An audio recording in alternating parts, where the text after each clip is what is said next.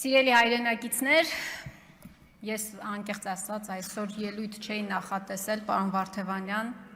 քանի որ պարոն Վարդևանյանը իմ շատ լավ ընկերն է, շատ լավ մասնագետ, եւ ես վստահ եմ, որ իր փորձը ծառայեցնելու է Հայաստանի Հանրապետությանը,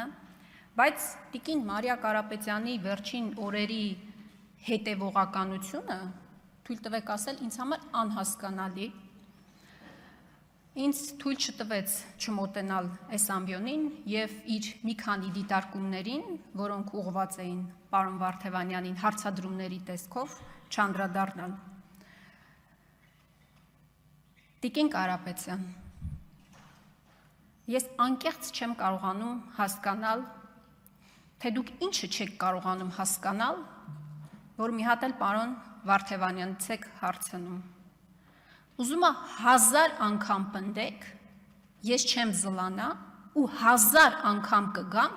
ու այս ամբիոնի մոտ կկրկնեմ այդ նախադասությունը։ Այո, դուք գողացել եք 60,000 քաղաքացու ձայն։ Դուք գողացել եք ընդդիմադիր մանդատներ։ Դա փաստ է։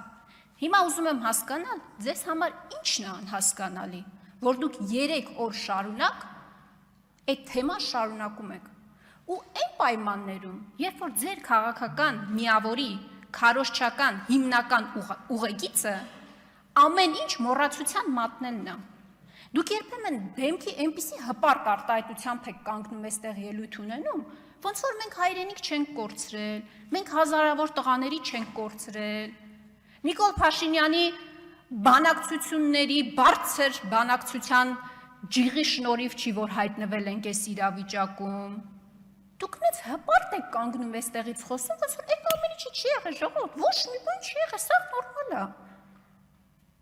Հետևեք ձեր քաղաքական թիմի վարքագծին որդեգրած։ Ամեն ինչ մոռացության մատնելու վարքագծին։ Ես ուզում եմ հասկանալ, դուք ինչը չեք հասկանում։ Կամ պարոն Վարդևանյանը իր տեխնացության քննարկման ժամանակ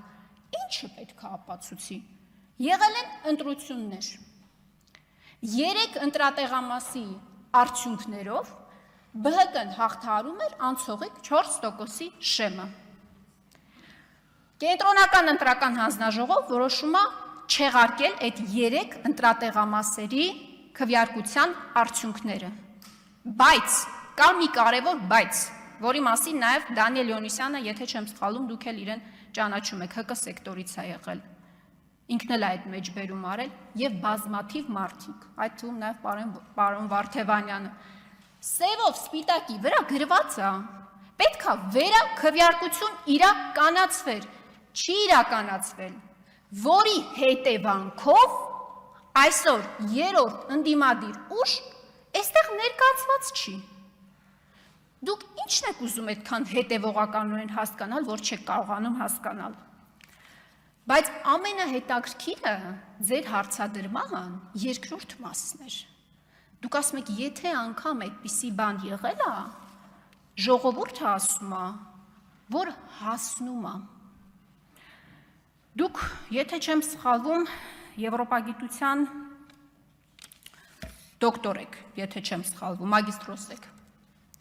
Ես ուզում եմ հասկանալ, այդ որ մի եվրոպական երկրում է ընդունված ապօրինությունները քողարկել ժողովրդի ցանկություններով։ Ինձ կարող եք մի եվրոպական երկրի օրինակ բերել։ Եթե այդպես է, ես առաջարկում եմ իշխանության 3-րդ ճյուղը փակենք, տեղը Պերաշտյանոց բացենք։ Եթե տենց է, եթե ասում ենք ժողովուրդն է այդպես ուզում, ժողովուրդն է ցանկանում, վերացական ժողովուրդը։ Այդ դատարանները խենք բան, դատավորների խենք բան, պարոն Վարդևանյան։ Ահռելի քրեական հատորներ են, չէ՞ այդ գործերը։ Այդ քրեական հատորները մեր ինչին է պետք։ Եկեք գնանք հարցում անենք փողոցում, հասկանանք ժողովուրդը ինչ է ասում, ժողովուրդ ջան, ու արդարադատությունն էլ տենց իրականացնենք։ Մեզ ինչին են պետք այդ քրեական հատորները։ Բայց ես նորից եմ ասում, ես իսկապես չեմ հասկանում ձեր այս հետևողականությունը, այս ոչ շահեկան թեման, ձեր համար ոչ շահեկան թեմա շարունակելու, Արման Եղոյանը ափսոս այստեղ չի, Մարդն անկեղծորեն եկավ ասում է, երբ որ ես ի պատասխան ձեր մեղադրանքների, որ այստեղ էսկալացիա եմ հրահրում ճշմարտությունների մասին, հրահրում այդ հայտարարությունները անելով, ես էլ ասեցի, որ ճշմարտության մասին խոսելը դեռևս բախումներ հրահրել չի։ Պարոն Եղանը անկեղծ եկավ ասում է, հա բայց ամեն ճշմարտություն չպետք է ասենք, է Տիկին Խաման։ Գոնե իրեն լսեք, գոնե իրեն հետևեք։ Ձեզ շահեկան է այս իրավիճակը։ Կամ որ ասում եք, ժողովուրդն ասում է, հասնում է։ Դուք գիտեք ձեր մասին, ժողովուրդը մեզ ինչ է ասում։ Դուք գիտեք ինչ են պահանջում մեզանից։ Ինչպիսի արդարադատություն, իրենց պատկերացմամբ արդարադատություն են պահանջում, որ իրականացվի ձեր նկատմամբ։ Ընդունելի է դա ձեզ համար։ Այսինքն արդարադատությունը մենք պետք է իրականացնենք այդպես, դուք լսեք ձեր կողմնակիցներին եւ հիմնավորեք այդպես